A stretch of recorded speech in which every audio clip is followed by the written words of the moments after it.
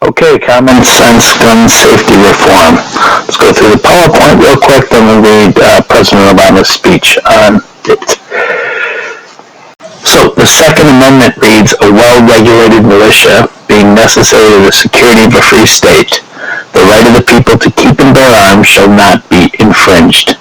In 2020, the primary focus of the Second Amendment is the right of the people to keep and bear arms shall not be infringed. Infringe means take it away. When we're talking about arms, they're generally defined as guns in this argument. Mass shooting in Aurora, Colorado during I believe it was the Dark Knight Rises, if I recall. It might have been the Dark Knight, but a mass shooter goes into a terrorist, James Holmes, goes into this movie theater, and kills 12 people. He was undergoing treatment for mental illness at the time. He bought guns and ammunition both over the internet and in gun stores after passing a background check. Today's document comes from a speech that President Obama gave in 2016 in which he references the Aurora shooting while explaining what he planned to do to reduce gun violence. Vocabulary words, we have constraint, which is to limit. Background check is an examination by authorities of someone's criminal record before the person is allowed to buy a product or get a job. Infringement is a violation. Proponent is a person in favor of something. Confiscation is authorities taking property. A felon is someone who's committed a felony, a serious crime.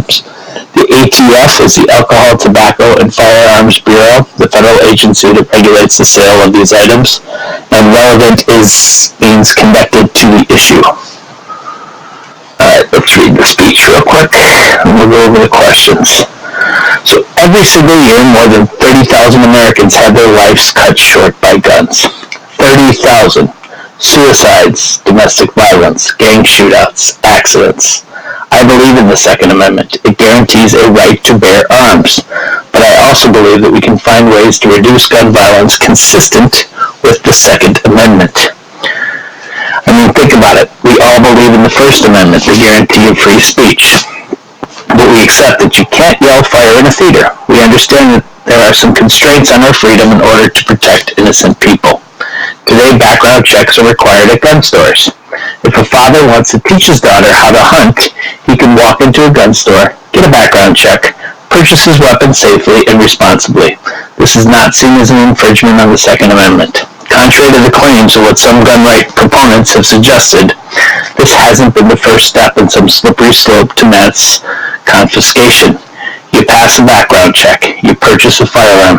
The problem is some gun sellers have been operating under a different set of rules. A violent felon can buy the exact same weapon over the internet with no background check, no questions asked. So we've created a system in which dangerous people are allowed to play by a different set of rules than a responsible gun owner who buys his or her gun the right way and subjects themselves to a background check. That doesn't make sense. Everybody should have to abide by the same rules. Most Americans and gun owners agree. So let me outline what we're going to be doing. Number one, anybody in the business of selling firearms must get a license and conduct background checks or be subject to criminal prosecutions. Number two, we're going to do everything we can to ensure the start and effective enforcement of gun safety laws that are already on the books, which means we're going to add 200 more ATF agents and investigators. Number three, we're going to do more to help those suffering from mental illness get the help that they need. We're going to ensure that federal mental health records are submitted to the background check system and remove barriers that prevent states from reporting relevant information. Number four, we're going to boost gun safety technology.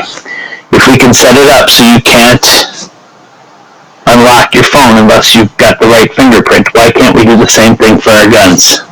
Second right amendments are important, but there are other rights that we care about as well, and we have to be able to balance them.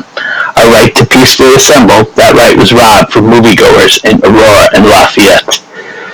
So, question one, on what basis does President Obama argue that Second Amendments should be limited?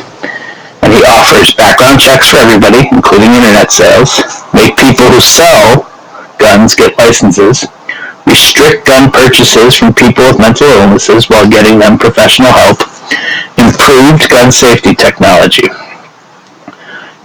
Why is President Obama concerned about gun sales on the internet? He just believes it's too easy to get a gun without background checks. Questions 3, 4, and 5 are your opinions. 3, you're going to look at Obama's 4 plans, and if you go up here, they're pretty easily labeled. Number 4, number 3, right here, we're talking about number 2, and then number 1. Okay, so read those and see which one of those you think will be most effective, and which one of those do you think will be least effective in reducing gun violence. It's your opinion. And number 4, this is back to this idea of rights.